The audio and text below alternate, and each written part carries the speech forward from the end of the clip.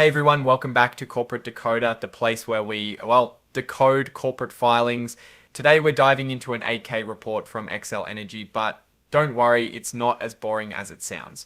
In fact, it's about power, literally, and who doesn't want to know what a power company is up to? Let's see if they have enough juice to keep the lights on or if their future is dim. Alright, let's jump right in. This report is about some big decisions made for the future of Xcel Energy's power generation in the upper Midwest. This is for their subsidiary Northern States Power Company in Minnesota, or NSP Minnesota for short. They've been working on a plan and it's just been given the thumbs up. So NSP Minnesota filed their plan last year with the Minnesota Public Utilities Commission, or MPUC. Think of them as the referees of the energy world in Minnesota. In October last year, they reached an agreement with other parties involved, settling on the best path forward. And just now in February, the MPUC gave it the green light.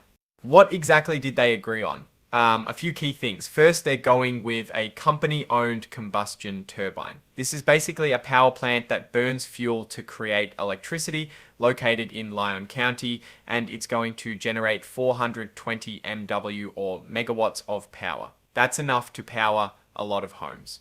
Next, they're adding a big battery. It's a company-owned battery energy storage system at Sherco, providing 300 MW of power for 4 hours. This is crucial because it allows them to store energy when it's plentiful, like when the sun is shining or the wind is blowing, and then release it when it's needed most. It's like a giant power bank. They're also going to be buying power from other sources. They've got multiple power purchase agreements, or PPAs, in the works.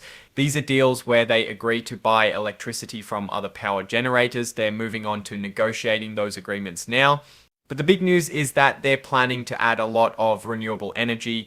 By 2030, they want to add 3,200 MW of wind power, 400 MW of solar power, and 600 MW of standalone storage. That's a huge increase in green energy.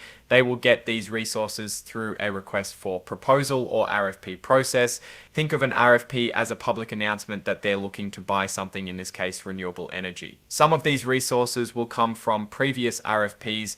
A big chunk of that wind power, about 2,800 MW, is planned to use the Minnesota Energy Connection transmission line. This is basically a superhighway for electricity, allowing them to move all that wind power to where it's needed.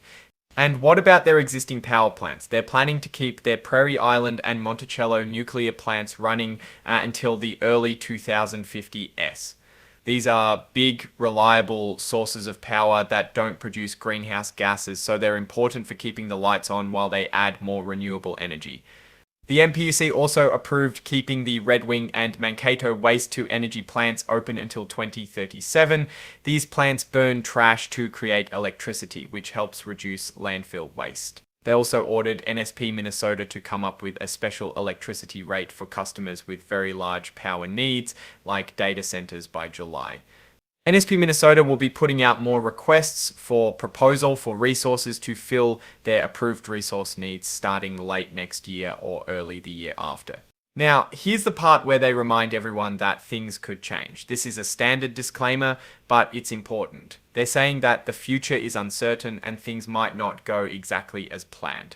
They use some specific words to indicate that they are talking about the future. Words like anticipate, believe, expect, and plan. They're basically saying, this is what we think will happen, but don't hold us to it.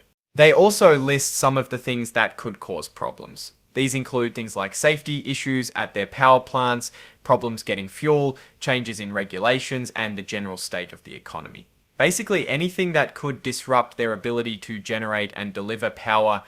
They also mention things like cybersecurity threats, weather events, and even climate change. It's a long list of potential problems, but it's important to be aware of them.